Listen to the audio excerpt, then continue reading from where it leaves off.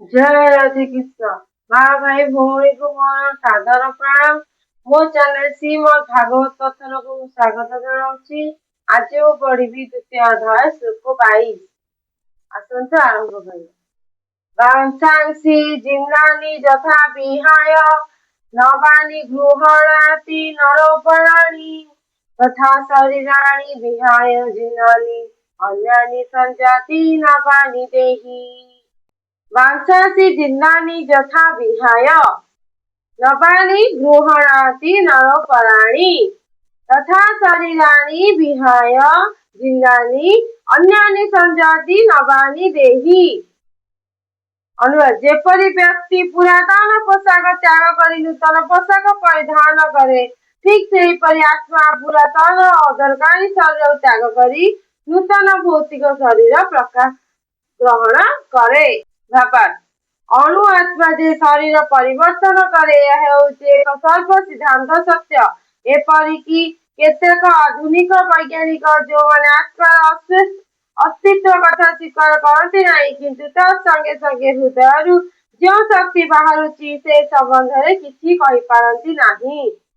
सेमानंकु मध्य क्रमागत शरीर परिवर्तन स्वीकार करने पड़ुछि, कारण ए शरीर शिशु शरीर बालक शरीर, बालक शरीर युवक शरीर, युवक शरीर पुनश्च युवक शरीर वृद्ध शरीर लाभ करुछि। बार्धक्य अवस्था परिवर्तन आसी अन्य एक शरीर लाभ हेउछि अकथा परवर्ती श्लोक वर्णना करा जायछि। परमात्मा कृपा जोगु अणु आत्मार अन्य एक शरीर मध्य प्रवेश संभवपर हेउछि। भगवान कृपा जोगु अणु आत्मा गोटे शरीर रु अन्य एक शरीर रे प्रवेश हेउछि। आमर जीवन मृत्यु सब भगवान हाथ रे। आमे खाली पृथ्वी कर्म करने को आसीचे, आमे कर्म करिवु, आम कर्म सरिला परे भगवान हमकु जीवन मृत्युर सबु हिसाब किताब करेंगे आउ आम ए दुनिया रु मुक्ति देवे। जेपरी गोटे बंधु अन्य एक बंधुर अभिलाष पूर्ण करे, ठीक सेहीपरि परमात्मा अणुआत्मार अभिलाष पूर्ण करती। मंडूक उपनिषद तथा श्वेताशस्त्र उपनिषद आदि वैदिक शास्त्र मानकरे आत्मा परमात्मा को एक वृक्ष रे बसी दुईटी बंधु पक्षी सहित तुलना करिसंती। पक्षी दुईटी मध्यरु गोटे पक्षी अणु आत्मा वृक्षर फल को चाखुछि एवं अन्य पक्षटी कृष्ण केवल तांकर बंधु को लक्ष्य करी कहउचंती।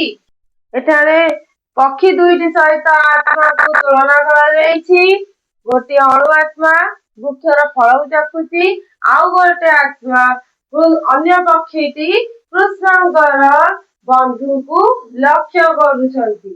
एही दुईटी पक्षी मध्यरु जदियो से माने गुण समान, गोटे भौतिक वृक्ष फल प्रति आसक्त, किंतु अन्यटी केवल तांकर बंधुक क्रियाकलाप को लक्ष्य करुछंती।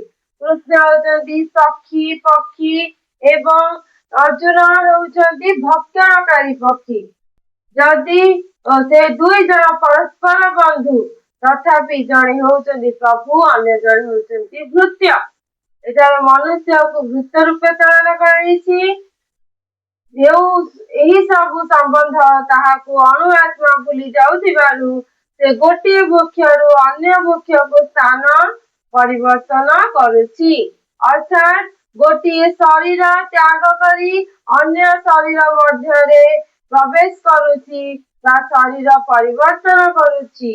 भौतिक शरीर रूपक वृक्ष रे जीव बा जीवात्मा खूब कठिन संग्राम करुछंती, किंतु से सेतेबेले अन्य पक्षी को परम गुरु रूपे स्वीकार करी हेउछि, अर्थात अर्जुन जेपरि स्वत प्रभुत होई कृष्णठारे आत्मसमर्पण करी उपदेश ग्रहण करिबा निमित्त प्रस्तुत होई गेले, ठीक सेहीपरि गोटे पक्षी अन्य पक्षी को गुरु रूपे ग्रहण करी नेले। ठीक सेहीपरि भूत्य पक्षी बा अधस्थान पक्षी संगे संगे समस्त प्रकार दुख को मुक्त हो जाए।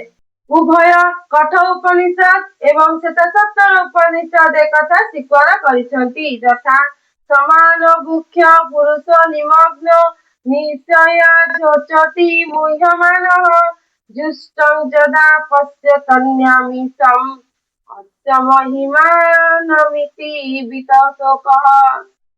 ଯଦିଓ ଦୁଇଟି ଯାକ ପକ୍ଷୀ ଏ ବୃକ୍ଷରେ ଅଛନ୍ତି, ତଥାପି ଫଳ ଭକ୍ଷଣକାରୀ ପକ୍ଷୀ ବୃକ୍ଷର ଫଳ ଉପଭୋଗକାରୀ ହିସାବରେ ସମ୍ପୂର୍ଣ୍ଣ ରୂପରେ ଦୁଃଖ ଶୋକରେ ମ୍ରିୟମାଣ। ଯଦି କୌଣସି ପ୍ରକାରେ ସେ ପକ୍ଷୀ ତାଙ୍କର ବନ୍ଧୁ ପକ୍ଷୀଙ୍କ ଆଡ଼କୁ ମୁହଁ ଫେରାନ୍ତି, ତାଙ୍କର ସେ ବନ୍ଧୁ ପକ୍ଷୀ ହିଁ ହେଉଛନ୍ତି ଭଗବାନ, ଯିଏକି ତାହାଙ୍କ ମହାତ୍ମ୍ୟ ଜାଣିଛନ୍ତି। ତାହେଲେ ଦୁଃଖ ଭୋଗ କରୁଥିବା ପକ୍ଷୀ ସାଙ୍ଗେ ସାଙ୍ଗେ ସମସ୍ତ ପ୍ରକାର ଦୁଃଖରୁ ମୁକ୍ତ ହୋଇଯାଏ। ବର୍ତ୍ତମାନ ଅର୍ଜୁନ ତାଙ୍କର ଚିରନ୍ତନ ବନ୍ଧୁ କୃଷ୍ଣଙ୍କ ପ୍ରତି ମୁହଁ ଫେରାଇଛନ୍ତି, ତାଙ୍କ ଠାରୁ ଭଗବତ ଗୀତା ବୁଝିଛନ୍ତି। ଏହିପରି ଭାବରେ କୃଷ୍ଣଙ୍କ ଠାରୁ ଶ୍ରବଣ କରି ସେ ଭଗବାନଙ୍କର ଗୁଣ ଗୌରବ କଥା ବୁଝିପାରି ସମସ୍ତ ଦୁଃଖରୁ ମୁକ୍ତ ହେଲେ। ଏଠାରେ କୃଷ୍ଣ ଆଉ ଅର୍ଜୁନଙ୍କୁ ଦୁଇଟି ପକ୍ଷୀ ରୂପରେ ତୁଳନା କରାଯାଇଛି। ଗୋଟିଏ ପକ୍ଷୀ ଅନ୍ୟ ଏକ ପକ୍ଷୀ ଉପରେ ଯୋଉ ଗୁରୁ ରୂପରେ ପାଇକି ସେ ସବୁ ଦୁଃଖରୁ ମୁକ୍ତ ହୁଏ, ଏଠାରେ ଭଗବାନ ଶ୍ରୀକୃଷ୍ଣଙ୍କୁ ଅର୍ଜୁନ ନିଜର ଗୁରୁ ରୂପରେ ପାଇକି ସେ ନିଜର ଜୀବନର ଦୁଃଖରୁ ମୁକ୍ତ ହୋଇଛନ୍ତି। ଏଠାରେ ଅର୍ଜୁନ ଉପଦେଶ ଦିଆଯାଉଛି ଯେ ସେ ତାଙ୍କର ପିତାମହ ଭୀଷ୍ମ, ଗୁରୁ ଦ୍ରୋଣଙ୍କ ଶରୀର ପରିବର୍ତ୍ତନ ଓ ଦୁଃଖ ପ୍ରକାଶ କରିବା ଉଚିତ ନୁହେଁ। ବରଂ ଯୁଦ୍ଧ ଧର୍ମରେ ସେମାନଙ୍କର ଶରୀର ବିନାଶ କରିବାରେ ଆନନ୍ଦ ଅନୁଭବ କରିବା ଉଚିତ। କାରଣ ଏତଦ୍ଦ୍ୱାରା ସେମାନଙ୍କର ବିଭିନ୍ନ ପ୍ରକାର ଶାରୀରିକ କ୍ରିୟାର ପ୍ରତିକ୍ରିୟାରୁ ସାଙ୍ଗେ ସାଙ୍ଗେ ସେ ମୁକ୍ତ ହୋଇଯିବେ।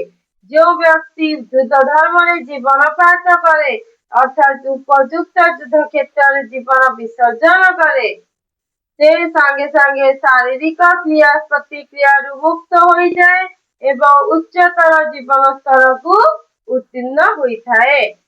ତେଣୁ ଅର୍ଜୁନଙ୍କ ଦୁଃଖର କାରଣ କିଛି ବି ନାହିଁ।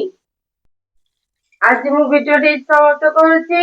କାଲି ପଢିବି ଶ୍ଲୋକ 23। ରହୁଛି। ଜୟ ରାଧେ କୃଷ୍ଣ।